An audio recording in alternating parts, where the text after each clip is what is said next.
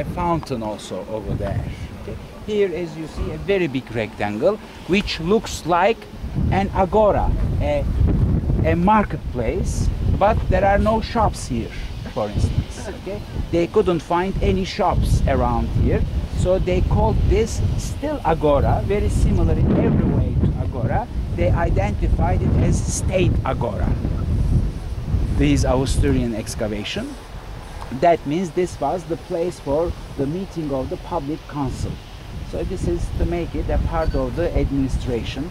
This is the Parliament House, the Senate of the city, this little theater. It was in Roman times. This was actually a rectangular cubic structure. When you look at the building, you couldn't see this round-shaped structure. This was the interior of the building.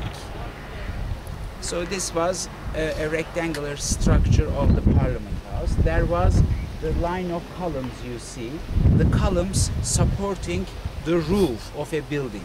This was not the portico, but this was a basilica. They call this type of buildings basilica. For some administrative purposes, could be the courthouse, for instance, of Ephesus. And then comes, do you see that in the back two heavy thick columns with some pieces on top? It is the most important building of this area, which was a temple. They also called it city hall. Temple and city hall, and divine aspect mixed with the administration over there. They called it the Prytaneum, the important building.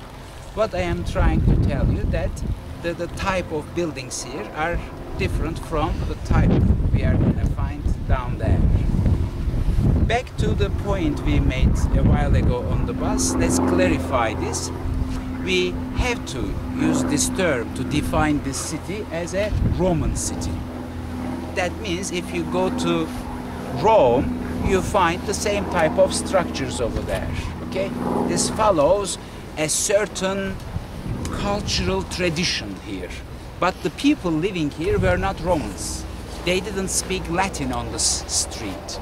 This is a wonderful point to understand, to see the real power of the Roman world, ladies and gentlemen. This was a cultural hegemony.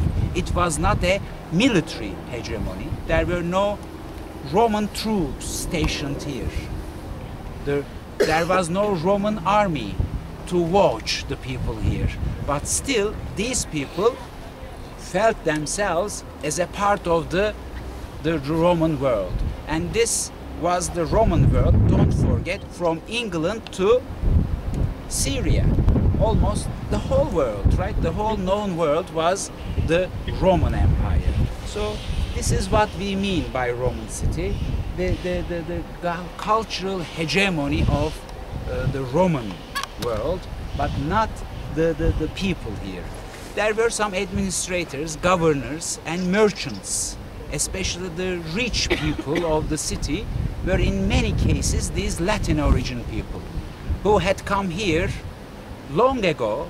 There we have such biographies of families, almost 200-year history of the Latin origin families living in Asia Minor and keeping their ties with Rome and conducting this big world trade here.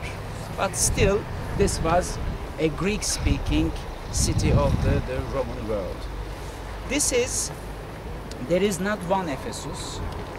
We are talking of a big history, going back to the Hittite times. We are not getting into this, but even the ground we are walking now is not the very original ground of the early settlements. This is why I took you here to this point, because I want to show you a lower level down here. Look at it, please.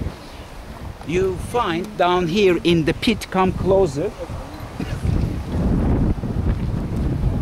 the tombs here, right?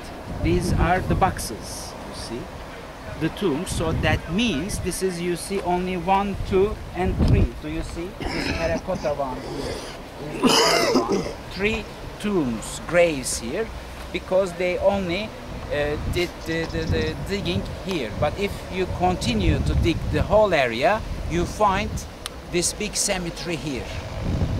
So before all these buildings, look at the theater. Look at the small theater. That means under the small theater there is a cemetery like this over there. So the whole city is resting on an earlier layer, ladies and gentlemen. And this was the cemetery of another city which had been founded on the other side of the hill, somewhere closer to the temple of Artemis, the place I showed.